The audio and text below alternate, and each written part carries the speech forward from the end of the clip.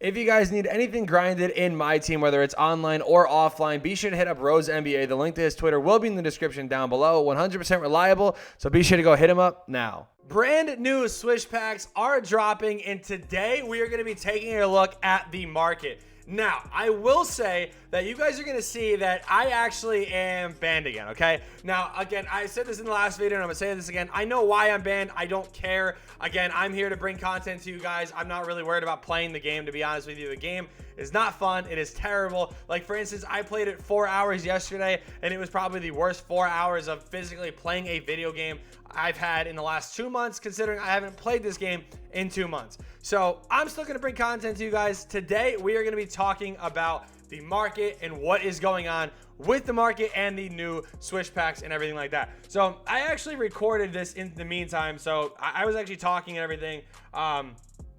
You guys aren't going to really see anything, obviously, because it doesn't really matter.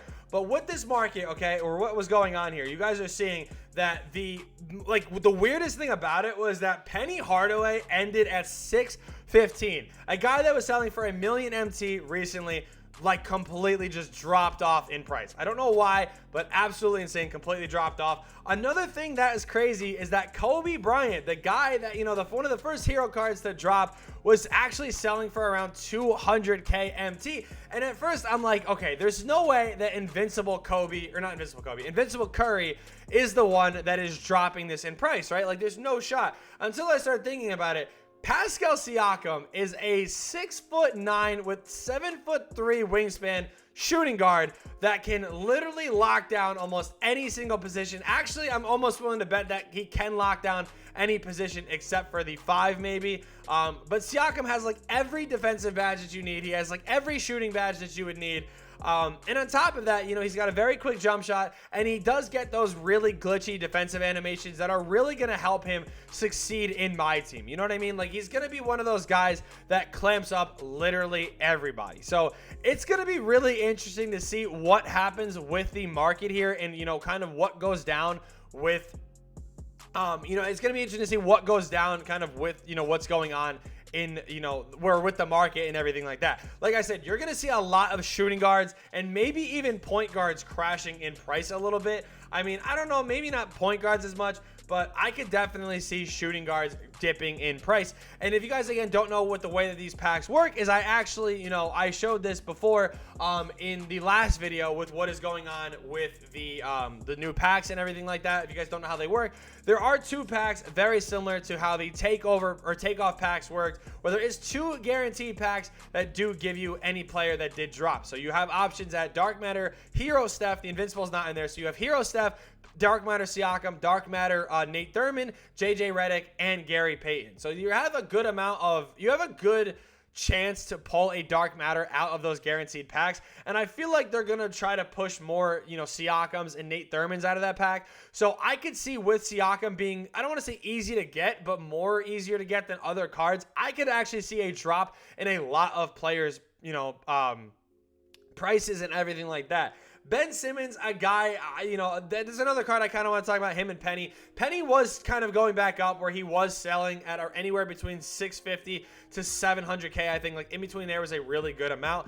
Ben was really only selling for 323K. Like, not to spoil it, but these 2 Bens on the screen, like, they both sold for the exact same amount. They both sell for 323. So Ben's price even dropped from a couple days ago where he was selling for around probably 450K. Now, there was a point where the prices jumped back up a little bit, but Kobe, again, still selling at around, you know, 200 to maybe 230K, anywhere in between there. So if you guys do have a lot of these cards, I would recommend holding on to them right now. I don't really think, you know, today is a good day to buy cards.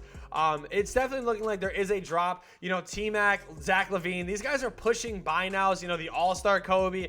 Like, these cards are getting very low in price. So you guys definitely want to make sure that you guys are being smart with the auction, because, again, right now, it's looking pretty rough. I mean, the cards are selling for very cheap. Now, if you guys honestly are very smart with the market and everything, one thing I can tell you guys to do is, you know, like late at night, that is the perfect time, especially tonight.